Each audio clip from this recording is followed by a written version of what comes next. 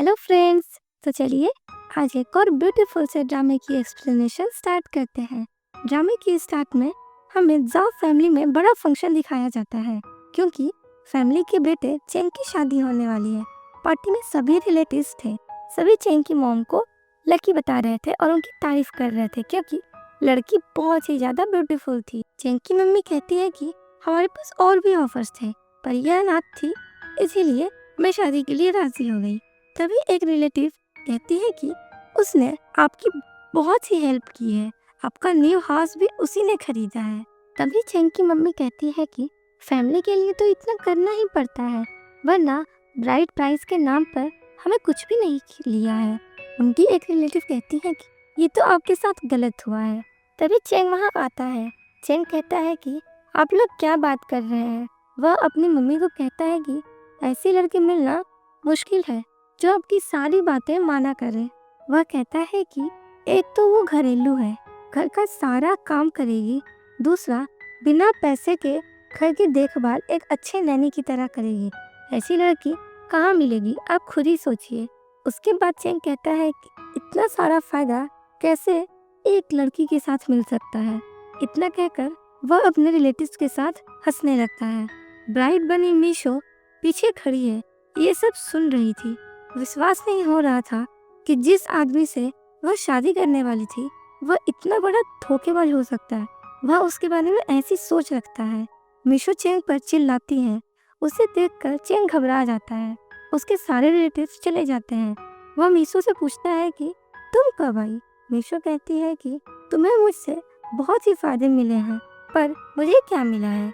मैंने तुम्हारे कहने पर तुम्हारा हर काम किया, तुमने जैसा बोला मैंने वैसा किया। जिस वक्त भी तुमने मुझे बुलाया मैं तुम्हारे लिए अपना सारा काम छोड़कर तुरंत चली आई। मैं तुम्हारे साथ पिछले 3 साल से हूँ, तुम्हारा हर काम करती हूँ, तुम्हारे घर का पूरा ख्याल रखती हूँ। तुम्हारी माँ जब बीमार पड़ी हॉस्पिटल में उनका ध्यान मैंने ही रखा और कोई नहीं आया था। ऊपर से जब तुमने कहा कि तुम्हारी मॉम को एक घर चाहिए तो उसे भी मैंने ही खरीदा, मैंने ही सारे पैसों का इंतजाम किया।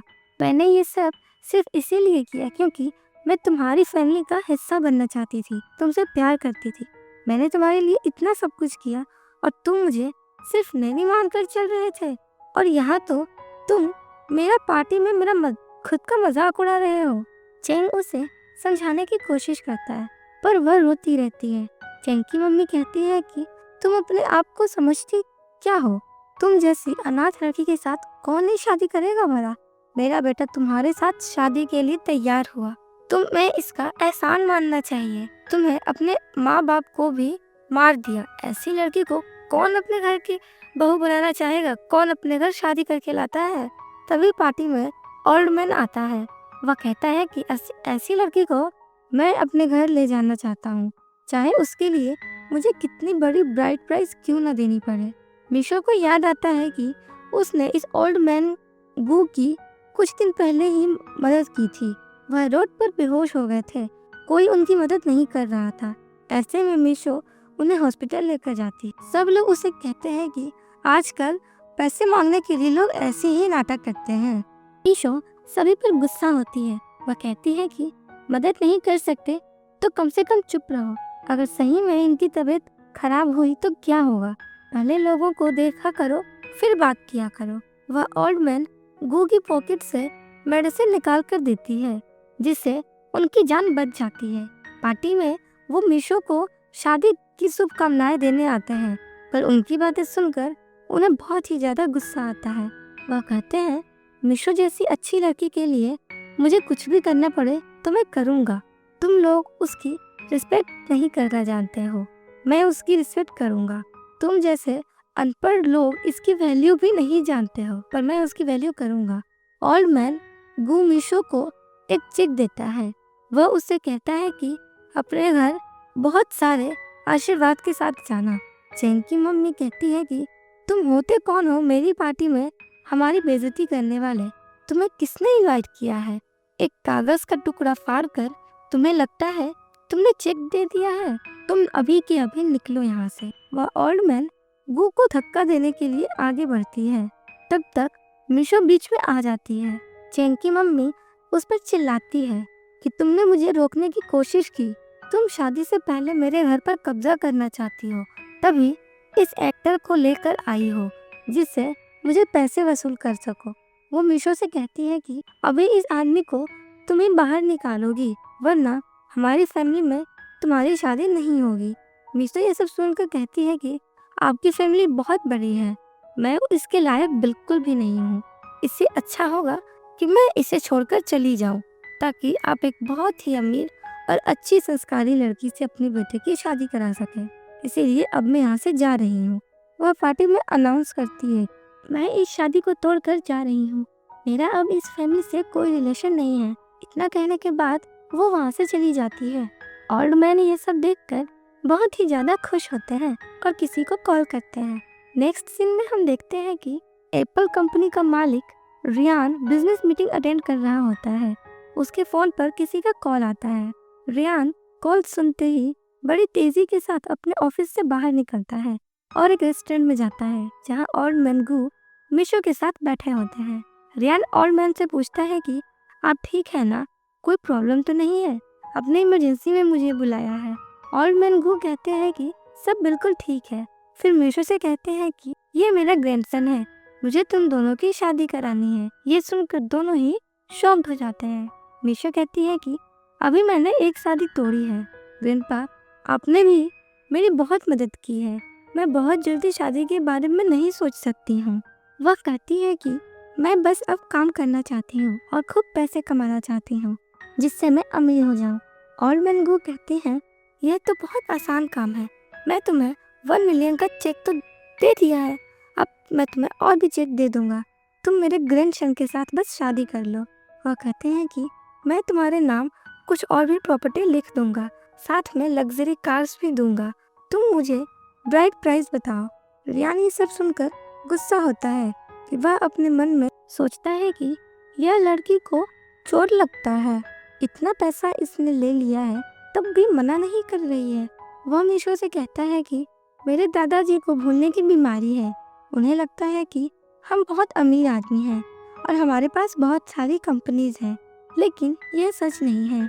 मैं तो अभी भी चाइना में आया हूँ, मेरे पास जॉब भी नहीं है, मैं अभी एक रूम रेंट में पर रहता हूँ। मीशो कुछ कहने वाली होती है तभी उसका फ़ोन आ जाता है। वह फ़ोन उठाकर बात करने लग जाती है। उसके फ़ोन पर हॉस्पिटल से कॉल आता है। उसकी दादी की तबीयत बहुत ख़राब होती है, उन्हें एक ऑपरेशन की ज़रूरत है जिसमें बहुत पैसे चाहिए। मीशो उनसे जब ऑपरेशन का खर्चा पूछती है तो हॉस्पिटल वाले कहते हैं कि 10 लाख रुपए तक खर्चा हो जाएगा। मीशो सोचती है वह चेंग से अपने पैसे वापस भी मांगे तो भी पैसे कम ही पड़ेंगे। वह इस बात को सोचने के लिए कुछ टाइम मांगती है। इधर रियान मीशो को कुछ डिज़ाइन देखता है जो उसे बहुत अच्छे लगते हैं। तभी उसके दादाजी कहते हैं, बदतमीज, भूलने की बीमारी किसको है? वह कहता है कि आप किसी भी अनजान आदमी को अपने पैसों के बारे में क्यों बता रहे हैं? पता नहीं यह लड़की का कैरेक्टर कैसा है और आप इसे पैसे दिए जा रहे हैं। दादाजी कहते हैं कि तुम जिसे जानते नहीं हो उसके बारे में कुछ भी बोल सकते हो। मैं जानता हूँ कि तुम उस लड़की लिली को पसंद करते हो, लेकिन यह बहुत ही अच्छी लड़की है। रियान मीशो की तरफ देखकर कहता है कि दादाजी, मैं भी तो चाइना में आया हूँ और मेरे पास कुछ भी नहीं है, कौन लड़की मेरे से शादी करना चाहेगी? मुझ जैसे जॉबलेस लड़के से शादी करना किसी के लिए अच्छा नहीं है, सब अपनी ज़िंदगी खराब नहीं करना चाहेंगे। तभी मीशो कहती है, जी मैं आपसे शादी करने के लिए तैयार हूँ। ये सुनते ही रियान सरप्राइज हो जाता है और उसके दादाजी खुश। वो कहते हैं कि तुम शादी करने के लिए तैयार हो तो अभी सारा काम करता हूँ। ओल्ड मैन गो वहाँ से खुशी से चले जाते हैं। मीशो रियान से कहती है कि क्या आप मुझे ब्राइड प्राइस के 10 लाख दे सकते हैं? रियान ये सुनकर सोचता है, यह लड़की सही में चोर है, यह पैसों के लिए ही शादी कर रही है। पहले दादाजी को ठीक करता हूँ, बाद में इसे डाइवोर्स दे दूंगा। अपना फ़ोन से वह मीशो को पैसे ट्रांसफ़र कर देता है। मीशो को खुश देखकर वह सोचता है कि यह तो मनी के लिए तैयार है। अगले दिन दोनों मैरिज ऑफिस में जाकर शादी कर लेते हैं। दादाजी दोनों के सर्टिफिकेट्स अपने पास रख लेते हैं। वह मीशो को गिफ्ट भी देते हैं। वह कहते हैं कि तुम दोनों लाइफ में इसी तरह हंसी खुशी के साथ आगे बढ़ो। इतना कहकर वह वहाँ से चले जाते हैं। मिशु और रियान वहीं खड़े रह जाते हैं। मिशु रियान को उसके दादाजी का दिया चेक वापस कर देती है। रियान यह देखकर सरप्राइज्ड होता है। अपने मन में सोचता है कि यह लड़की पागल तो नहीं है, इतने बड़े अमाउंट का चेक वापस कर रही है। वह कहती है कि मैं इसके पीछे कुछ लिख दिया है, जब मेरी जॉब से मुझे पैसे मिलेंगे तो मैं आपको वापस कर दूंगी। वह कहती है कि मैं जानती हूँ आप मुझसे शादी नहीं करना चाहते, आपने दादाजी के प्रेशर में ही मुझसे शादी की। रेंपा गु बहुत ही अच्छे आदमी हैं, मैं आपका फायदा नहीं ले उठा सकती। अभी मेरी पार्ट टाइम जॉब है, जिससे पैसे मिलेंगे मैं आपको वापस कर दिया करूंगी। रियान उसकी बातें सुनकर इम्प्रेस हो जाता है। वह पूछता है कि तुम क्या काम करती हो? मिशो कहती है कि मैं एक ज्वेलरी डिजाइनर हूँ, मैं अभी कॉलेज पास की हूँ, इसके लिए अभी एक कंपनी में असिस्टेंट हूँ। रुआन कहता है कि वो सारे डिजाइन्स तुम्हारे हैं? मिशो कहती है कि हाँ, मेरे ही डिजाइन्स हैं, मैं उन्हें कंपनी में देने वाली हूँ। रियान उससे नंबर लेता है। वह कहता है कि तुम जानती हो कि हमारी शादी कैसे हुई है, मेरे लिए तुम्हारे साथ रहना मुश्किल है, अगर तुम्हें कोई ज़रूरत हो तो मुझे फ़ोन कर देना। ये सुनकर मिशो को थोड़ा गुस्सा आ जाता है। रियान जब जाने लगता है, मिशो पूछती है कहाँ जा रहे हो? रियान कहता है जॉब सर्च करने जा रहा हूँ। मिशो कहती है कि मेरे पास स्कूटी है, मैं तुम्हें छोड़ दूंगी। रियान उसकी बातों को बिना सुने चला जाता है। जैसे ही वह अपने कार तक जाता है, पीछे से मिशो उसको आवाज़ देती है। वह अपनी स्कूटी लेकर उसे खोज रही थी। रियान अपने असिस्टेंट के पीछे छुप जाता है, मिशो उसे ना देख के, इसीलिए मिशो फिर उसे ना देखकर चली जाती है। उसका असिस्टेंट कहता है कि बॉस ये कौन थी? रियान कहता है कि मेरी वाइफ। उसका असिस्टेंट सरप्राइज हो जाता है। वह कहता है बॉस आपने शादी भी कर ली और मुझे बताया नहीं। रियान कहता है कि उसे मेरे बारे में पता नहीं है, इसीलिए तुम चुप रहो। मिशो अपने ऑफिस में जाती है। सभी वहाँ बातें कर रहे थे। मिशो के पूछने पर सब उसे बताते हैं कि आज एपो कंपनी से उनके डायरेक्टर आने वाले हैं, क्योंकि कंपनी का वह मर्जर करना चाहते हैं। एक कॉलीग कहती है कि वो बहुत ही हार्ड वर्किंग एंड हैंडसम बंदा है, अगर उससे शादी हो जाए तो लाइफ में कुछ करने की ज़रूरत ही नहीं है। तभी वहाँ पर उनके सुपरवाइज़र जीकी आ जाती है। वह कहती है कि कंपनी तुम्हें गॉसिप करने के लिए मनी नहीं देती है, चुपचाप अपना काम किया करो। जिसके बाद सभी वहाँ से चले जाते हैं। जीकी मिशो से जेलस फील करती थी, क्योंकि मिशो के बनाए डिज़ाइंस बहुत ही अच्छे होते थे। वह मिशो को कहती है कि तुम चाहे कुछ भी कर लो, तुम एक असिस्टेंट ही रहोगी, इसीलिए क्लाइंट को इम्प्रेस करने के बाद छोड़ ही दो, तुम्हारी ये चिप ट्रिक्स काम नहीं करेगी। मिशो कहती है कि मैं ऐसा कुछ नहीं करती हूँ और आपको मुझसे तमीज से बात करनी चाहिए।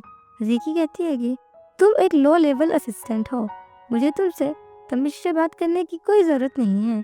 तभी दोनों को मैनेजर के रूम में बुलाया जाता है।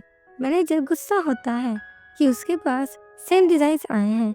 मिशो कहती है कि ऐसा कैसे हो सकता है। मैनेजर दोनों को डिज़ाइंस की कॉपी देता है। मिशो और जीकी दोनों ने डिज़ाइंस दिए थे। जीकी कहती है कि मैं डिज़ाइन डिपार्टमेंट की हेड हूँ और अब्रोड से पढ़ाई करके आई हूँ, ये काम मेरा नहीं हो सकता है, तुमने मेरे डिज़ाइंस चोरी किए हैं। मिशो कहती है कि बाहर पढ़ने से कुछ नहीं होता है, आपके अंदर टैलेंट होनी चाहिए। मैं अगर यहीं से पढ़ाई की हूँ तो इसका मतलब ये नहीं है कि मुझे डिज़ाइन करना नहीं आता है। मैनेजर कहता है कि जीकी हेड है और तुम बस एक असिस्टेंट हो, किसकी बात का विश्वास किया जाएगा। मिशो कहती है कि पोजीशन से मतलब नहीं है, इंसान में टैलेंट होना चाहिए, आपको टैलेंट से परखना चाहिए। वह कहती है कि ये डिज़ाइन मेरे कंप्यूटर में भी है, आप चाहो तो चेक कर सकते हो। जीकी ये सुनकर थोड़ा घबरा जाती है। मैनेजर मन में सोच रहा होता है कि किसने किसका डिज़ाइन चोरी किया है, इससे क्या फ़र्क पड़ता है, आज एक बड़ी कंपनी आ रही है, मुझे बस उस पर ध्यान देना चाहिए। मैनेजर मिशो पर गुस्सा करता है कि तुम जूनियर होकर सीनियर पर इल्ज़ाम लगा रही हो, वह 2 साल से कंपनी में है और हमेशा उसका काम अच्छा रहता है, तुम्हें अभी आई हो और तुम्हें सिर्फ आए हुए 6 महीने ही हुए हैं। जीकी कहती है कि मैंने हमेशा बड़ी बहन बनकर तुम्हारा कंपनी में ख्याल रखा है और तुम आज मुझे ही सुना रही हो, मुझे नुकसान पहुंचाना चाह रही हो, मुझे तुमसे ऐसी उम्मीद नहीं थी। मिशो फिर से मैनेजर से कहती है कि यह डिज़ाइन मेरा है, मैं झूठ नहीं बोल रही हूँ। जेकी गुस्सा होकर कहती है कि तुम्हारा झूठ पकड़ा गया है, तुम अभी भी बहस कर रही हो? हमारे डिज़ाइन डिपार्टमेंट को तुम जैसे लोगों की ज़रूरत नहीं है। तुम्हें आज ही कंपनी से निकाला जाता है। अपना सामान लेकर यहाँ से निकल जाओ। मीशो मैनेजर से रिक्वेस्ट करती है कि ऐसा ना करें। वह कहते हैं कि आपको सही गलत पता होना चाहिए। तभी पीछे से आवाज़ आती है, किसी कंपनी से निकाला जा रहा है। ऑफिस में रियान को देखकर मीशो सरप्राइज हो जाती है।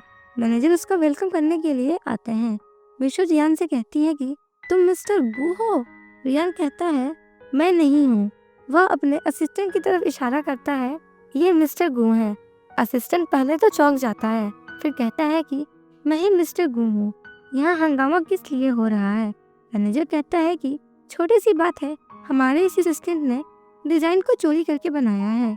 मीशो कहती है कि चोरी नहीं की है। तभी ज़ेकी कहती है, सर ये यहाँ के एक लोकल कॉलेज से पास आउट हुई है। इसको पैसों की कमी थी, मैंने इसकी बहुत मदद की। मुझे नहीं पता था कि मुझे ही ये परेशान करने लगेगी। असिस्टेंट कहता है कि डिजाइन की कॉपी कहाँ है? ज़ेकी जल्दी से डिजाइन ड्राफ्ट असिस्टेंट को देती है। रियान डिजाइन को देखकर कहता है कि यह मीशो का है। ज़ेकी गुस्सा होकर कहती है, तुम्हें कैसे पता? रियान कहता है कि मैं इसका हस्बैंड हूँ, मैंने यह डिजाइन इसके पास देखे हैं। ज़ेकी कहती है कि अगर तुम इसके हस्बैंड हो तो इसका फेवर करोगे ही, लेकिन अभी मिस्टर गू ने तो कुछ नहीं कहा है ना, तुम बीच में कैसे बोल रहे हो? असिस्टेंट कहता है कि बीच में बोल सकता हूँ क्योंकि वह सही बात कर रहा है। फिर वह रियान की तरफ देखकर कहता है कि आज मैं तुम्हें सिखाता हूँ कि काम कैसे होता है। वह कहता है कि तुम बताओ इसमें क्या किया जाना चाहिए। रियान कहता है कि मीशो को डिज़ाइन डिपार्टमेंट का हेड बना देना चाहिए। जिसने चोरी किया उसे कंपनी से निकाल देना चाहिए। ज़ेकी कहती है कि मुझे माफ़ कर दीजिए, मैं आगे से ऐसा नहीं करूँगी, लेकिन मुझे कंपनी से बाहर मत करिए। मैनेजर कहते हैं कि आप सही कह रहे हैं, जिसने चोरी किया है उसे निकाल ही देना चाहिए। असिस्टेंट मीशो से कहता है कि तुम्हारा टैलेंट बहुत ज़्यादा है, तुम्हें हेड बनाया जाता है। मीशो बहुत खुश हो जाती है, वह असिस्टेंट को थैंक्स बोलती है। बाद में वह रियान से कहती है कि मुझे पता नहीं था कि तुम मिस्टर गू के असिस्टेंट हो। रियान कहता है कि मैंने आज ही जॉब ज्वाइन किया है, इसीलिए अभी सबको पता नहीं है। मीशो कहती है कि मैं तुमसे पूछना भूल गई थी कि तुम मेरे साथ रहना पसंद करोगे। रियान उसकी बातें सुनकर हैरान हो जाता है। वह कहता है कि यह ठीक है कि हम दोनों मैरिड कपल हैं, लेकिन किसी अजनबी के साथ रहना तुम्हें अच्छा लगेगा? मीशो कहती है कि तुमने मेरी बात का गलत मतलब समझा है। साथ रहने से रेंट नहीं देना पड़ेगा और मनी सेव होगा, मैं सिर्फ इसीलिए कह रही थी। रियान कहता है कि इसकी कोई ज़रूरत नहीं है। मैं आपको फिर से याद दिला दूं कि हम दोनों सिर्फ सर्टिफिकेट के कारण मैरिड हैं।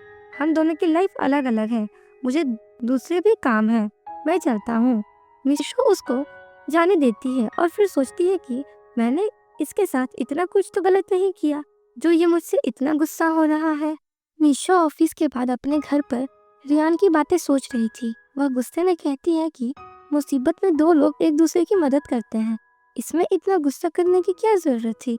ऐसा लगा जैसे मैं उसका फायदा उठा रही हूँ। तुम्हारे साथ रहने की किसको जरूरत है? तभी उसके दरवाजे पर घंटी बजती है। मीशो पूछती है, कौन? आवाज आती है डिलीवरी मैन। मीशो दरवाजा खोलती है, तब बाहर उसका पुराना बॉयफ्रेंड चेंग होता है। चेंग जबरदस्ती उसके घर में चला आता है। मीशो गुस्से में उससे पूछती है कि तुम यहाँ क्या कर रहे हो? चेंग कहता है कि तुम कल की छुट्टी ले लो, हम दोनों कल ही शादी कर लेंगे। मीशो कहती है कि पागल हो गए हो, हमारा ब्रेकअप हो गया है और मैंने शादी कर ली है, अब तुम बस मुझे मेरे पैसे वापस कर देना। चेंग कहता है कि तुम क्या बात कर रही हो, वह पैसे तो घर खरीदने में खर्च हो गए, मैं तुम्हें क्या दे सकता हूँ अब? मीशो कहती है कि ये तुम्हारा प्रॉब्लम है, इसमें मेरा कोई मतलब नहीं है। चेंग उसका हाथ पकड़ लेता है। मीशो कहती है, यह तुम क्या कर रहे हो, यह बहुत ही खराब बात है। चेंग कहता है, क्या तुम मेरे बारे में बिल्कुल नहीं सोचोगी? अगर ऐसा है तो मैं जो कुछ भी करूँगा उसका मुझे कोई अफसोस नहीं होगा। वह उस पर एक परफ्यूम डाल देता है। मीशो जिससे बेहोश होने लगती है। वह चिल्लाती है कि ये तुम क्या कर रहे हो? इधर दादाजी रियान को घर से निकाल देते हैं। वह कहते हैं कि तुम अब मैरिड हो, तुम्हें अपनी वाइफ के साथ रहना चाहिए, जाओ उसके साथ जाकर रहो। रियान अपने मन में सोचता है कि कोई बात नहीं, मैं होटल ले लूँगा और वहाँ रह लूँगा। तभी दादाजी कहते हैं कि होटल में जाकर मत रहना, मैं सरप्राइज विजिट करूँगा।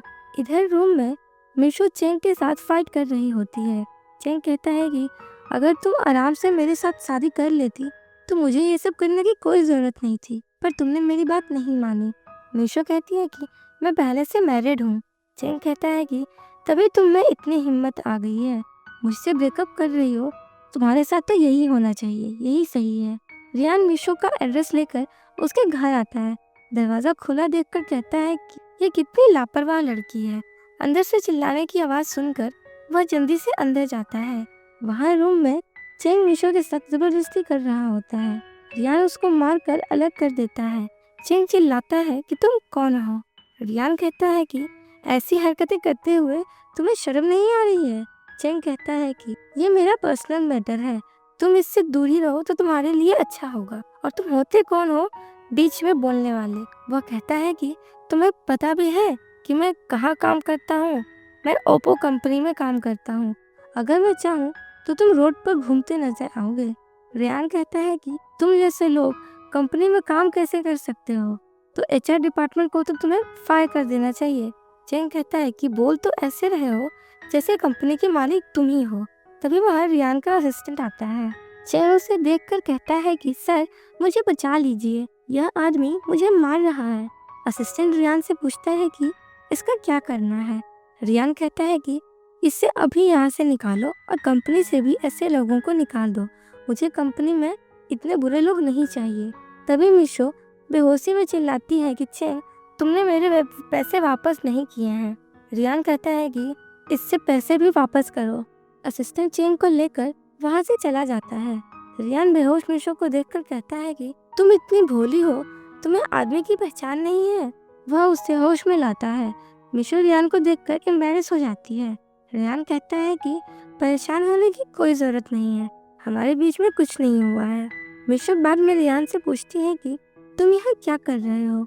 रियान सोचता है कि दादाजी ने घर से निकाल दिया तो मैं और क्या करता, मेरे पास और कोई जगह थोड़ी है रहने के लिए।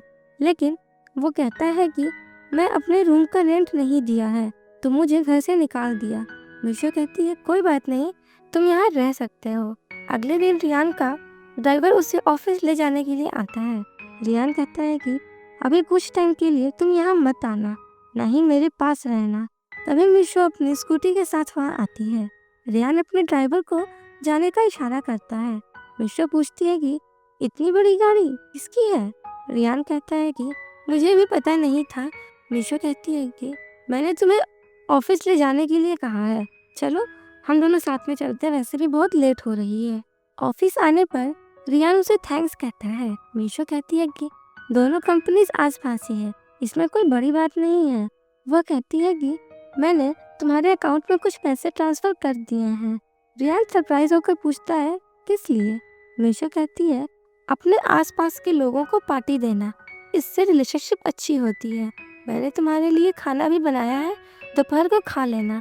रियान का असिस्टेंट उसे देखकर कहता है कि मैरिड होना अच्छा लगता है। रियान कहता है तुम्हारी भी होगी। वह कहता है कि मेरी ऐसी अच्छी किस्मत नहीं है। रियान ऑफिस में इवनिंग तक काम कर रहा होता है। जब उसके पास मीशो का फोन आता है तो वह उसे पिक करने आई होती है। रियान उसे देखकर खुश होता है। उसके ऑफिस को लोग यह देखकर सरप्राइज होते हैं क्योंकि रियान बहुत ही काम करने वाला होता है। उसे काम में देरी करना बिल्कुल पसंद नहीं होता। रियान मीशो को देखकर अपना काम जल्दी जल्दी खत्म कर देता है और ऑफिस वालों की भी छुट्टी कर देता है। सभी वर्कर्स बहुत ही ज्यादा खुश होते हैं। रियान मीशो के पास जाकर कहता है कि मैं तुमको लेकर चलता हूँ। ऑफिस के सारे करीबी दोनों को देख रहे होते हैं। सभी कहते हैं कि ये सर की वाइफ है क्या। घर आने पर मीशो सब ठीक करने लगती है। रियान उसे लंच बॉक्स मांगता है। वह कहती है कि उसने साफ करके रख दिया है। रियान याद करता है कि उसके लंच बॉक्स का खाना बहुत अच्छा था। वह मीशो से कहता है कि हम दोनों मैरिड हैं, हमें घर की जिम्मेदारी साथ मिलकर उठानी चाहिए। रियान उसे अपना बैंक कार्ड देता है और कहता है कि तुम आगे से मनी रिटर्न की बात भी मत करना, हम साथ साथ हैं, सो हमें खर्च भी साथ साथ उठाना चाहिए। अगले दिन मीशो रियान को ऑफिस छोड़ती है। वह कहता है कि हम डिनर बाहर करेंगे। मीशो फिर हाँ कर देती है। ऑफिस में मीशो के फोन पर मैसेज आता है कि उसके अकाउंट में पैसे आ गए हैं। मीशो सरप्राइज होती है कि चेंग ने उसके पैसे वापस कर दिए हैं। वह खुश होती है, लेकिन उसे याद आता है कि लास्ट टाइम वहाँ पर रियान भी था। उसे लगता है कि उसकी मदद की वजह से ही चेंग ने पैसे वापस कर दिए हैं। बाद में वह रियान को लेने के लिए उसके ऑफिस जाती है। रियान उसे देखकर कहता है कि तुम आज बड़ी खुश लग रही हो। मीशो कहती है कि मेरा पुराना कर्ज किसी ने लौटा दिया है, तुम्ही ने तो मेरी मदद की है। रियान कहता है कि मैंने सिर्फ अपने बॉस का नाम लेकर उसे डराया था। मीशो कहती है कि तुम बड़े चालाक हो। वह कहती है कि इसी खुशी में मैं तुम्हें पार्टी देना चाहती हूँ, तुम्हें जो खरीदना है वो तुम खरीद सकते हो। दोनों एक शॉपिंग सेंटर जाते हैं। मीशो वहाँ एक सूट पसंद करती है। वह रियान को ट्राई करने के लिए बोलती है। तभी वहाँ जिक्की आ जाती है। वह कहती है कि तुम्हारे पास इतने पैसे हैं जिससे तुम ये कपड़े खरीद सकती हो। एक पर्सन सिर्फ असिस्टेंट है और दूसरे की अभी नई जॉब है, इतने पैसे तुम्हारे पास हैं। सेल्स वुमन गुस्से में कहती है कि आप हमारा टाइम खराब कर रही हैं, यहाँ से चले जाइए। रियान कहता है कि ये आपकी कैसी सर्विस है, आप क्या अपने कस्टमर से ऐसे बात करती हैं। सेल्स वुमन कहती है कि ये ओप्पो कंपनी का स्टोर है, इसका एक स्टेटस है, यहाँ लेटेस्ट ट्रेंड चलता है, अगर आप बिजनेस नहीं कर सकते हैं तो यहाँ से चले जाइए। जिक्की के साथ आई लड़की कहती है कि तुम्हें अपने आप को देखा है। मीशो कहती है कि मुझे पता है मैं कौन हूँ, मैं किसी चोर से तो बहुत सही हूँ। सेल्स वुमन मजाक उड़ाते हुए कहती है कि ये सूट 1 लाख का है, आप कैश देंगे या फिर कार्ड पेमेंट करेंगी। जिक्की की फ्रेंड कहती है कि इन्हीं लेटेस्ट कपड़े भी दिखा दो। सेल्स वुमन मजाक में कहती है कि अगर आप खरीद नहीं सकते तो पहन भी नहीं सकते। जिक्की कहती है कि मैं ओप्पो कंपनी के मैनेजर की गर्लफ्रेंड हूँ, उनकी सैलरी लाखों में है। सेल्स वुमन ये सुनकर खुश हो जाती है और उनको काफी कपड़े दिखाती है। रियान जो अभी तक चुप था, वह कहता है कि तुम लोगों को किसी की रिस्पेक्ट करनी भी नहीं आती है, तुम्हारी रिपोर्ट हेडक्वार्टर में करनी चाहिए। जिक्की कहती है कि अगर अपनी जॉब बचाना चाहते हो तो ऐसा कुछ भी मत करना, क्योंकि मीशो ही ऐसी है तो तुम जैसे बेवकूफ के साथ रह सकती है। सेल्स वुमन कहती है कि तुम दोनों अब यहाँ क्या कर रहे हो। तभी स्टोर की सुपरवाइजर वहाँ आती है। वह कहती है यह कैसा शोर मचा रखा है। सेल्स वुमन कहती है मैडम, ये दोनों कपड़े सिर्फ देखना चाहते हैं, खरीदना नहीं चाहते हैं। इन्होंने कपड़े भी गंदे कर दिए हैं और अब ये कह रहे हैं कि हेडक्वार्टर में शिकायत भी करेंगे। सुपरवाइजर कहती है कि आप अफोर्ड नहीं कर सकते तो शॉपिंग मत करिए, बिना शोर मचाए यहाँ से चले जाइए। सेल्स वुमन सुपरवाइजर को कहती है कि जिक्की मैनेजर की गर्लफ्रेंड है। जिक्की कहती है कि मुझे आज यहाँ पर बहुत गुस्सा आया है, मैं अपने बॉयफ्रेंड के लिए शॉपिंग करने आई थी, यहाँ का एक्सपीरियंस बहुत ही खराब है, मैं अपने बॉयफ्रेंड को बता दूंगी कि तुम्हारे स्टोर की सर्विस बहुत ही खराब है, मैं यहाँ दोबारा कभी नहीं आऊँगी। सुपरवाइजर कहती है कि आप मैनेजर की गर्लफ्रेंड हैं, आपको कैसे नाराज कर सकते हैं, मैं अभी इन दोनों को यहाँ से बाहर जाने के लिए कहती हूँ। वह मीशो और रियान को कहती है कि आपने यहाँ पर बहुत तमाशा कर लिया, अब चुपचाप से यहाँ से चले जाइए, आपकी वजह से हमारे गेस्ट को तकलीफ हो रही है। रियान कहता है कि अगर हम यहाँ से ना जाएं तो आप क्या करेंगे। सुपरवाइजर कहती है कि यह ओप्पो कंपनी का स्टोर है, मैं अभी सिक्योरिटी बुलाकर तुम्हें बाहर फेंकवा दूंगी। रियान कहता है कि यहाँ से किसी और को जाने की जरूरत है, आप लोगों को कस्टमर केयर का पता ही नहीं है। वह मैनेजर को फोन करके कहता है कि अगर तुम यहाँ 3 मिनट में नहीं आए तो तुम्हारी जॉब नहीं रहेगी। जिक्की मीशो से कहती है कि तुम्हारा हस्बैंड कितना शो ऑफ करता है, असिस्टेंट होने पर भी खुद को प्रेसिडेंट समझ रहा है। सेल्स वुमन कहती है कि यह दोनों सिर्फ ब्लफ कर रहे हैं, हमारे स्टोर का एटमॉस्फेयर उन्होंने खराब कर दिया है, अब यहाँ से चले जाइए। मीशो रियान से कहती है कि अभी तुम परमानेंट नहीं हुई हो, जो तुम्हारी जॉब इससे खतरे में है, हम किसी दूसरे स्टोर पर चलते हैं। रियान कहता है कि इनसे डरने की कोई जरूरत नहीं है। सुपरवाइजर सिक्योरिटी को बुला लेती, वह कहती है कि अगर धक्का खा के नहीं जाना चाहते हो तो चुपचाप से यहाँ से चले जाओ। रियान कहता है कि अभी पता लग जाएगा कि यहाँ से कौन जाता है। तभी वहाँ पर स्टोर मैनेजर आता है, वह रियान को ग्रीट करता है। सेल्स वुमन कहती है कि क्या यह मिस्टर गो है। रियान मैनेजर को इशारा करके कहता है कि आपको तो पता ही होगा कि मैं प्रेसिडेंट का असिस्टेंट हूँ, आज यहाँ पर चेकिंग करने आया हूँ। मैनेजर उसकी बात समझ जाता है, वह कहता है कि यह असिस्टेंट है और यहाँ चेकिंग करने आए हैं। रियान मैनेजर को पूरी बात बताता है। मैनेजर दोनों पर गुस्सा करता है। हमारे स्टोर में सारे कस्टमर्स गॉड हैं। हम सभी को एक तरह से ट्रीट करते हैं। आप दोनों अभी यह स्टोर खाली कर दीजिए, हमें आपकी ज़रूरत नहीं है। सेल्स वूमन जेकी से कहती है कि आप हमारी मदद कीजिए, हमने आपके कहने पर ही इनको बाहर किया था। जेकी कहती है कि ये सब आपका मामला है, आप अपने आप ही सॉल्व कर लीजिए, मेरा इससे क्या मतलब है।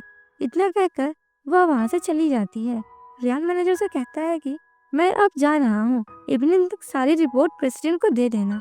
मैनेजर मिशो से कहता है कि आपको आज यहाँ काफ़ी परेशानी हुई है, आप यहाँ से कुछ भी खरीदेंगे वह आपको मुफ्त में मिलेगा, आप शॉपिंग कर सकते हैं।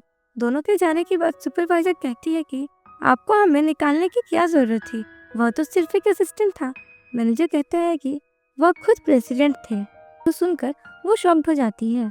बाहर आकर मिशो रियान से कहती है कि मैनेजर तुमसे इतना डर क्यों रहा था। रियान कहता है कि मैं प्रेसिडेंट का असिस्टेंट हूँ ना, उसे लगा होगा कि मैं शिकायत कर दूंगा। मिशो कहती है कि वाह, प्रेसिडेंट की असिस्टेंट की बड़ी पावर है।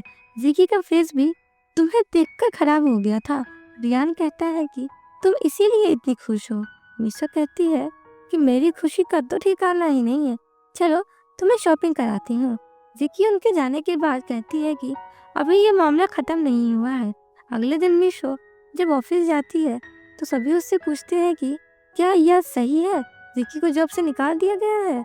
मिशो कहती है कि उसने मेरे डिजाइन चोरी किए थे। मिस्टर गू उसे चोरी करते हुए पकड़ लिए और निकाल दिए। उसका सभी फ्रेंड्स कहते हैं कि यार तुम्हारा हस्बैंड प्रेसिडेंट का असिस्टेंट है, हमारा ख्याल रखना प्लीज। मिशो कहती है कि यार उसकी अभी जॉब लगी है, थोड़ा सा तो शांति रखो। तभी वहाँ जीकी आ जाती है। वह कहती है कि ये तुम्हारा कहाँ से ध्यान रखेगी जब अपना नहीं रख सकती। मिशो कहती है कि तुम्हें तो जॉब से निकाल दिया गया है ना। जीकी कहती है तुम्हारा हस्बैंड स्टोर में बड़ा शो ऑफ कर रहा था, लेकिन मैं मैनेजर की गर्लफ्रेंड हूँ, मुझे भला कौन निकाल सकता है, वह मिस्टर बू का राइट हैंड है। वह कहती है कि अब मेरा सारा काम तुम्हें करना होगा, नहीं तो तुम्हारे हस्बैंड की जॉब खतरे में आ सकती है। मैं आज रात एक पार्टी दे रही हूँ, सभी लोग वहाँ अपनी फैमिली मेंबर्स को ला सकते हैं। वह मिशो को कहती है कि अपने हस्बैंड के साथ जरूर आना, तुम्हारे लिए यही सही होगा। उसके जाने के बाद मिशो उदास हो जाती है। वह जब रियान को लेने जाती है तब वह सोचती है कि मैं इस रियान को नहीं परेशान कर सकती, उसकी अभी अभी जॉब लगी है। रियान जब आता है वो पूछता है कि तुम आज इतनी जल्दी कैसे आ गई। तब वह कहती है कि विकी ने अपने जॉब की खुशी में पार्टी दी है। रियान कहता है कि उसे तो जॉब से निकाल दिया था ना। मिशो कहती है कि उसका बॉयफ्रेंड प्रेसिडेंट का राइट हैंड है, वह कुछ भी कर सकती है। रियान कहता है कि तुम क्यों जा रही हो, वो तो तुम्हें तंग करेगी। मिशो कहती है कि यह मेरे ऑफिस का मामला है, मुझे तो जाना ही होगा। रियान कहता है मैं भी चलता हूँ, मैं भी उसे देख लूंगा। पार्टी हॉल के बाहर रियान को एक फ़ोन कॉल आ जाता है। वह मिशो से कहता है कि तुम अंदर जाओ, मैं फ़ोन कॉल अटेंड करके आता हूँ। हॉल के अंदर जीकी अपनी ज्वेलरी को दिखा रही होती है, उसके बॉयफ्रेंड ने उसके लिए खरीदी थी। सभी बहुत तारीफ कर रहे थे। मिशो पार्टी में ग्रैंड मदर गू का दिया जेट ब्रेसलेट पहन कर गई थी। सब उसे देखकर सरप्राइज हो गए। जीकी ने यह सब देखा तो वह मिशो से पास आती है। वह कहने लगी कि फेक ज्वेलरी पहनकर तुम इतना शो ऑफ कैसे कर रही हो, तुम तो शेमलेस हो, कहाँ सबसे सस्ती खरीदी हुई गिफ्ट पहनी है। वह जबरदस्ती उसके हाथ से ब्रेसलेट ले लेती है। वह कहती है कि रोड साइड स्टोर से खरीदा हुआ ये ब्रेसलेट। मिशो कहती है कि ये मेरा वेडिंग गिफ्ट है, मुझे वापस कर दो। जीकी उसे थप्पड़ मारकर कहती है कि तुमने मुझे जॉब से निकलवाया था, अभी मेरा वह काम पूरा नहीं हुआ है। तुम अपने हस्बैंड की वजह से बहुत शो ऑफ कर रही थी, मैं तुम्हारा दिमाग ठिकाने लगाती हूँ। इतना कहकर वह उसका ब्रेसलेट जमीन पर गिरा देती है, जिससे वह टूट जाता है। यह देखकर मिशो बहुत गुस्सा हो जाती है। वह जेकी पर चिल्लाती है कि यह तुमने क्या किया। जेकी कहती है कि यह तो रोड साइड दिखता है, अपने हस्बैंड को बोलकर दोबारा खरीद लेना। मिशो उससे माफी मांगने को कहती है। जेकी कहती है कि सस्ती चीजों के लिए मैं क्यों माफी मांगू। उससे दोबारा थप्पड़ मारने वाली होती है कि तभी वहाँ रियान आ जाता है। वह उसे रोक लेता है। उसे देखकर मिशो रोने लगती है और कहती है कि दादाजी का दिया हुआ ब्रेसलेट टूट गया है। रियान उसे चुप कर आता है और कहता है कि तुम ठीक तो हो, चिंता मत करो, सब ठीक हो जाएगा। वह पार्टी में पूछता है कि यह किसने तोड़ा है। जेकी कहती है कि मैंने गिराया है, तुम क्या करोगे? यह रोड साइड सामान था, अब इसे साफ करो और यहाँ की गंदगी दूर करो। रियान कहता है कि पता है इसकी कीमत क्या थी? जिकी कहती है कि 200 रुपीज से ज़्यादा तो नहीं होगी। वह पैसा उस पर फेंक देती है। रियान कहता है कि इसकी कीमत 80 लाख है। इससे पिछले साल एक चैरिटी ऑक्शन में खरीदा गया था। मैं तुम्हें डिस्काउंट दे रहा हूँ, तुम 75 लाख पे करो। जिकी कहती है कि तुम्हारे कहने से ये रोड साइड की चीज 80 लाख रुपए की हो जाएगी क्या? ऐसा कलेक्शन सिर्फ कंपनी के मालिक मिस्टर गू के पास है। तभी वहाँ मैनेजर आ जाता है। रियान को देखकर सरप्राइज होता है, लेकिन रियान उससे कहता है कि प्रेसिडेंट की जगह मैं इंस्पेक्शन करने आया हूँ, मेरी वाइफ मेरे साथ है। मैनेजर उसकी बात समझकर कहता है कि मुझे गलतफहमी हुई है। वह कहता है कि शोर किस लिए हो रहा है? रियान कहता है कि आपकी गर्लफ्रेंड ने मेरी वाइफ का ब्रेसलेट तोड़ दिया है और मैं पैसे मांग रहा हूँ तो वो दे नहीं रही है। जिकी कहती है कि डार्लिंग, ये रोड साइड ब्रेसलेट के लिए मुझे 80 लाख देने होंगे क्या? इससे अच्छा तो पुलिस को बुला लो।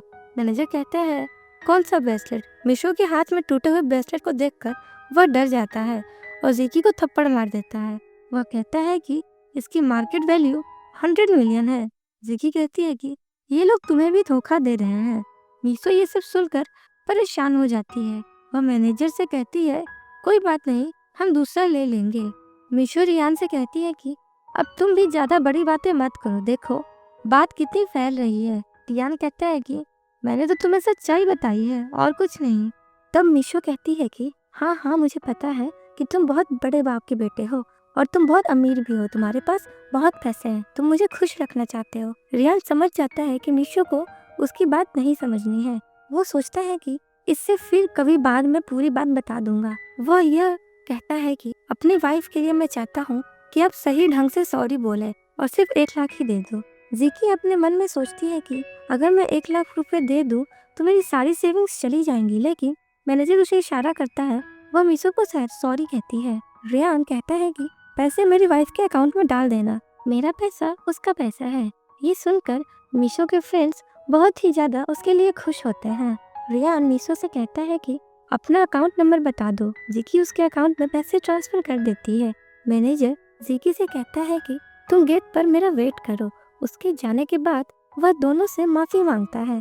मिशो कहती है कि हम सब साथ में ही काम करते हैं तो इसकी कोई जरूरत नहीं है, अब सब ठीक है। रियान कहता है कि आपको अपनी गर्लफ्रेंड को संभालना चाहिए कि वह लोगों से अच्छी तरीके से बिहेव करे।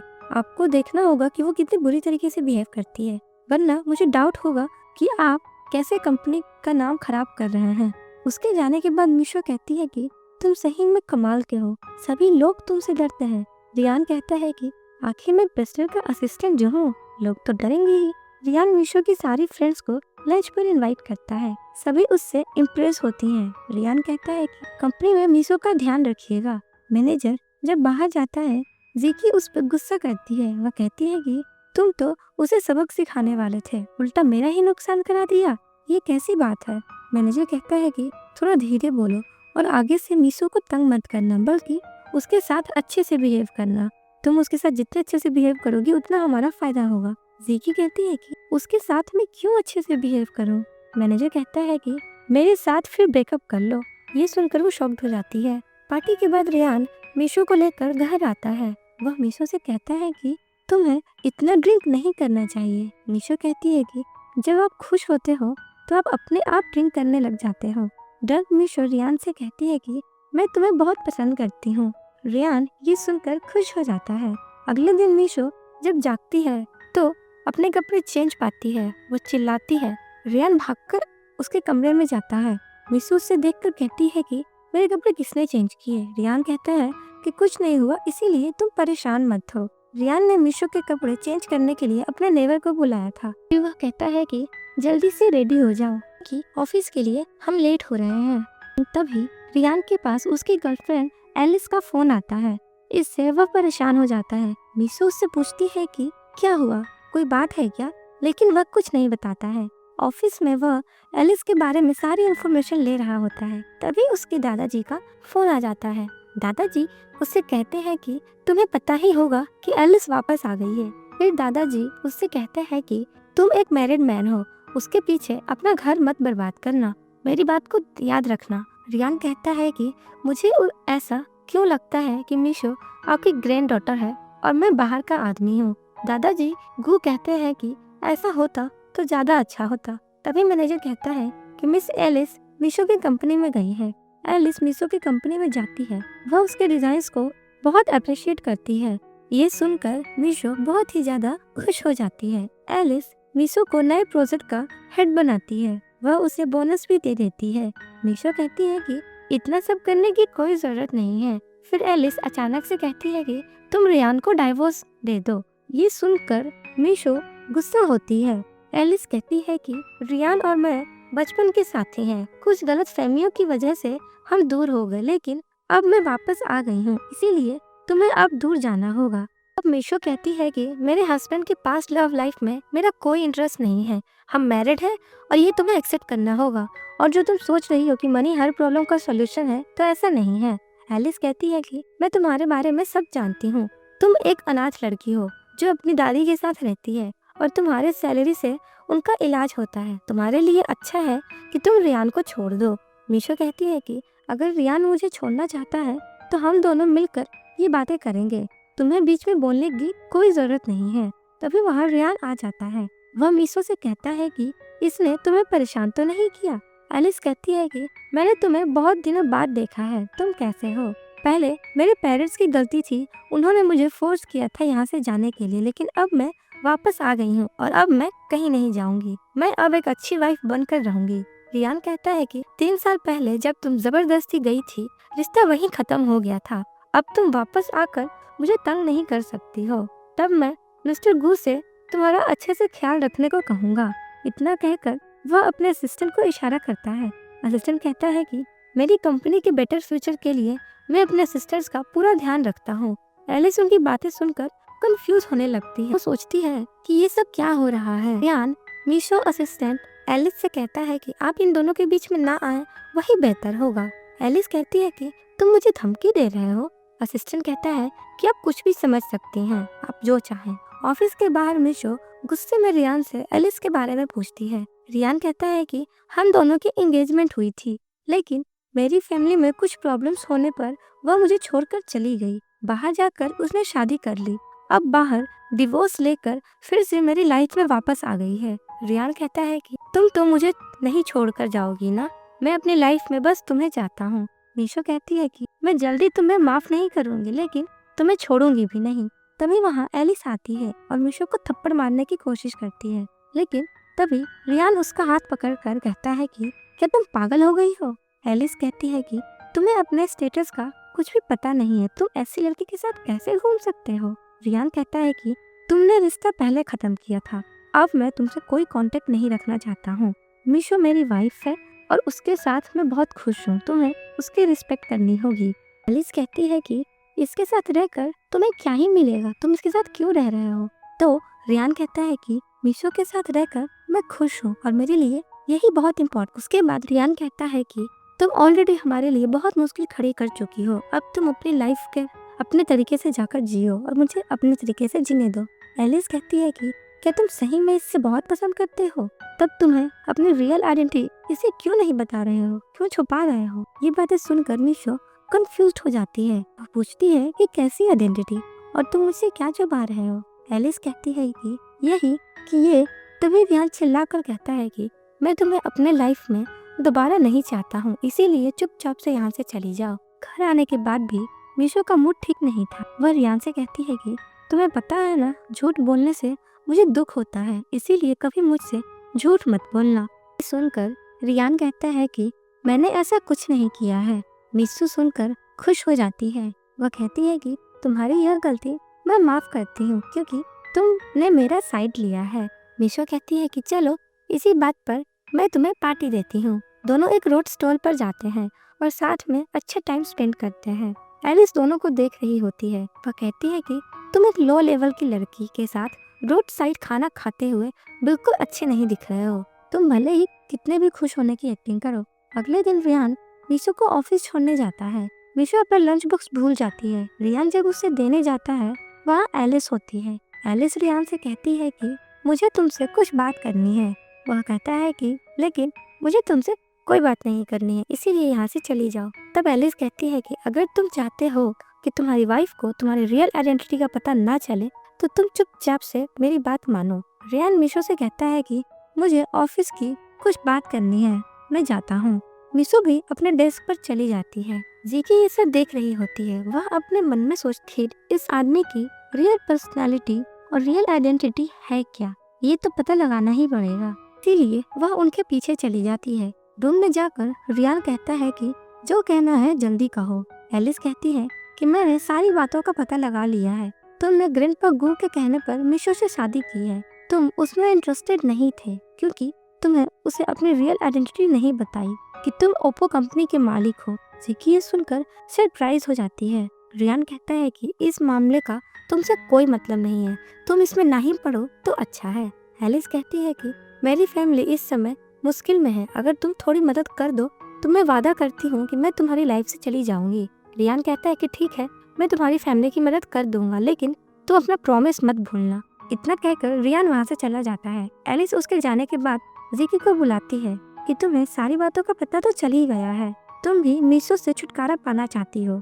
तुम 3 दिन के बाद होटल रॉयल की पार्टी में मीशो को लेकर आना, तुम्हारा और मेरा दोनों का ही काम हो जाएगा। जीकी कहती है कि मैं इसके लिए तैयार हूँ। पार्टी के दिन रियान मीशो को मैसेज करके बोलता है कि मुझे आज ओवर टाइम करना है, इसीलिए तुम सेफली से घर चली जाना। मीशो ये मैसेज देखकर खुश होती है। वह उसे मैसेज करती है कि तुम अपना ख्याल रखना। मीशो घर के लिए जाने लगती है। तभी जीकी उसे फोन करके कहती है कि कुछ डॉक्यूमेंट्स हैं जो कि मेरे डेस्क पर पड़े हैं, तुम उसे डिलीवर कर दो। पार्टी में एलिस रियान के साथ होती है। सभी उनकी बहुत तारीफ करते हैं। एक पर्सन तो रियान को कॉन्ग्रेचुलेशन भी कहता है। रियान कहता है कि यह मेरी वाइफ नहीं है, मैं आज उसे पार्टी में लेकर नहीं आया हूँ। सभी सरप्राइज हो जाते हैं और कहते हैं कि क्या रियान ने शादी कर ली है। रियान एलिस से कहता है कि यह मैं लास्ट टाइम कर रहा हूँ, तुम्हें अपना प्रॉमिस याद रखना होगा और मेरी लाइफ में दोबारा मत आना, क्योंकि हम दोनों एक दूसरे के करीब नहीं हैं। रियान कहता है कि मैंने अपना काम कर दिया है और अब मैं जा रहा हूँ। एलिस गुस्से में कहती है कि तुम सिर्फ मेरे पास ही रह सकते हो। तभी जीकी कहती है कि शो स्टार्ट हो गया है, अब आएगा मजा।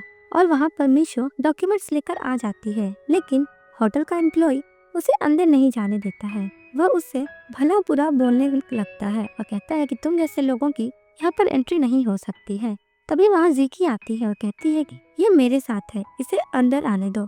उसके बाद वो मीशो को लेकर अंदर चली जाती है। हॉल में आकर देखती है कि सभी गू की शादी की बात कर रहे होते हैं। अब मीशो कहती है कि इनकी बातें मेरे हस्बैंड के साथ कैसे मिल रही हैं। वह एम्प्लॉय से पूछती है कि मिस्टर गू कौन है। एम्प्लॉय कहता है कि तुम उन्हें नहीं जानती, वह इस सिटी के सबसे रिच आदमी है। इधर रियान अपने प्राइवेट रूम में आराम कर रहा होता है। एलिस वहाँ आकर कहती है कि मैंने ज्यादा ड्रिंक कर ली है, मैं यहाँ थोड़ी देर रेस्ट कर लूँ। रियान कहता है कि पास में दूसरा रूम भी है। एलिस कहती है कि लेकिन वहाँ बहुत सारे लोग हैं, मुझे डर लगता है, तुम मेरे फ्रेंड हो। रियान उसे रेस्ट करने की परमिशन दे देता है। रियान कहता है कि मैं मैरिड हूँ, तुम्हारे साथ एक कमरे में रहना ठीक नहीं है, इसीलिए मैं बाहर जा रहा हूँ। एलिस चोट लगने का नाटक करती है। रियान उसकी मदद करता है। तभी वहाँ मीशो आ जाती है। वह दोनों को साथ में देख लेती है। रियान उसे देखकर शॉक्ड हो जाता है। वह कहता है कि तुम यहाँ क्या कर रही हो। तब मीशो कहती है कि मुझे सॉरी फील हो रहा है, मुझे यहाँ नहीं होना चाहिए था। तभी एलिस कहती है कि मीशो, मैं और रियान शादी करने वाले हैं, तुम्हें दुख ना हो, इसीलिए रियान तुम्हें यह बताना नहीं चाहता था, क्योंकि यह ओप्पो कंपनी के मालिक की बात थी। रियान ये सुनकर शॉक्ड होता है और कहता है कि ये सब क्या गलत बोल रही हो। मीशो कहती है कि तुम्हें दादाजी की वजह से मुझसे शादी करनी पड़ी, तुम्हें बहुत अच्छा लग रहा होगा मुझे बेवकूफ़ बनाकर, है ना। तुम्हें तो हमेशा यही लगता होगा ना कि मैं तुम्हारे पैसे चाहती हूँ, इसीलिए तुम मुझसे छुप कर रहते थे। एलिस कहती है कि अब तुम्हें सारी बात पता लग ही चुकी है, तो तुम अपना डिसीजन सुना दो। तुम और रियान दोनों डिफरेंट वर्ल्ड से हो, तो तुम दोनों एक साथ नहीं रह सकते, इसीलिए तुम्हें अलग हो जाना चाहिए। मीशो रियान से कहती है कि मैं तुमसे डाइवोर्स चाहती हूँ। रियान कहता है कि तुमने कहा था कि तुम मुझे कभी छोड़कर नहीं जाओगी, क्या तुम अब मेरे साथ नहीं रहना चाहती, मुझे छोड़ना चाहती हो। मीशो कहती है कि ठीक यही होगा कि हम अलग हो जाएं। इतना कहकर वह चली जाती है। रियान उसके पीछे जाता है। एलिस उससे कहती है कि अब तुम्हें पता लग रहा होगा कि मैं तुम्हारे साथ रह सकती हूँ। तो रियान कहता है कि अगर मीशो राजी ना हुई तब भी मैं तुमसे शादी नहीं करूंगा। रियान मीशो के पीछे भागता है, अपने घर जाता है। मीशो उसका सामान बाहर निकाल कर रख देती है और कहती है कि मैं डाइवोर्स पेपर तुम्हें भेज दूंगी। रियान कहता है कि अगर तुम मेरे साथ नहीं रहना चाहती हो तो कोई बात नहीं, पर मैं तुम्हें डाइवोर्स नहीं दूंगा। मैं स्टार्टिंग में तुम्हें गलत समझा था, लेकिन तुम्हारे साथ रहने से मुझे पता चला कि मैं तुम्हारे बारे में कितना गलत सोच रहा था। मैं तुम्हारा वेट करूंगा पर तुम्हें डाइवोर्स नहीं दूंगा। मीशो से अलग होने के बाद रियान बहुत गुस्सा हो जाता है, वह सब पर चिल्लाने लगता है। तभी उसका असिस्टेंट कहता है कि मैंने इन्वेस्टिगेट कर लिया है, यह सब एलिस और जीकी ने साथ मिलकर किया है। वह रियान को होटल की सीसीटीवी फुटेज दिखाता है जिसमें होटल वर्कर ने मीशो को जमीन पर गिरा दिया था। रियान मीशो को ऑफिस में आता है जहाँ जीकी मीशो का मजाक उड़ा रही होती है। रियान मीशो को मेडिसिन का पैकेट देता है और कहता है कि मुझे होटल की बात पता नहीं थी। मीशो उसे ठीक से बात नहीं करती है और उसे जाने के लिए कहती है। रियान जीकी को जॉब से निकाल देता है और कहीं भी काम करने से रोकने के लिए उसे बैन कर देता है, जिससे वो शॉक्ड हो जाती है। के बाद रियान अपने असिस्टेंट से कहता है कि मीशो की सेफ्टी का ध्यान रखना। दादाजी एक दिन मीशो के घर जाते हैं। अपने घर पर मीशो रियान को याद करके रो रही होती है। दादाजी मीशो से कहते हैं कि रियान और एलिस की शादी होनी थी, तभी रियान के पेरेंट्स की डेथ हो गई। सारा बिजनेस हमारा खत्म हो चुका था और हम बैंकक्रप्ट हो गए थे। ऐसे में एलिस ने उससे रिश्ता तोड़ लिया और किसी के साथ एंगेजमेंट कर लिया। रियान को इससे बहुत बड़ा दुख हुआ था, वह सदमे में चला गया था। वह सबको शक की नजर से देखने लगा, लेकिन तुमसे शादी के बाद वह बदल गया था। तुम्हें अभी भी लगता होगा कि तुम्हें डाइवोर्स देना चाहिए तो मैं तुम्हें सपोर्ट करूंगा, मैं तुम्हें मना नहीं करूंगा। रियान के बारे में सब सुनकर मीशो को लगता है कि वह गलत कर रही है उसके साथ। तभी उसके पास मैसेज आता है कि उसका कुछ डिलीवरी है जिसे रियान ने सेंड किया है। मीशो जब बाहर आती है तब एलिस कि उसे किडनैप कर लेती है। वह मीशो से कहती है कि वह तुम्हें इतना पसंद क्यों करता है, तुम इतनी लो क्लास की लड़की हो लेकिन फिर भी वह तुम्हें इतना पसंद करता है और तुम्हारे साथ ही रहना चाहता है। फिर वह कहती है कि अगर मैं तुम्हें मार दूं तो उसे मुझसे शादी करनी पड़ेगी। मीशो कहती है कि तुम सिर्फ उसके पैसों के पीछे हो, तुम उससे प्यार नहीं करती हो। तभी वह रियान आता है और मीशो को बचा लेता है। गुस्से में एलिस रियान को चाकू मार देती है। मीशो उसे लेकर हॉस्पिटल जाती है। हॉस्पिटल से ठीक होने पर रियान मीशो के साथ अपने घर आता है।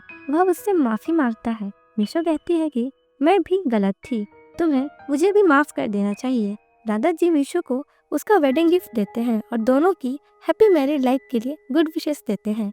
इसी के साथ हमारे ये स्वीट सी ड्रामा की यहीं पर हैप्पी एंडिंग होती है। मिलते हैं नेक्स्ट ड्रामा में। अगर आपको हमारी ये एक्सप्लेनेशन अच्छी लगी तो चैनल को सब्सक्राइब करें, वीडियो को लाइक करें और शेयर तो ज़रूर करें। Thanks for watching.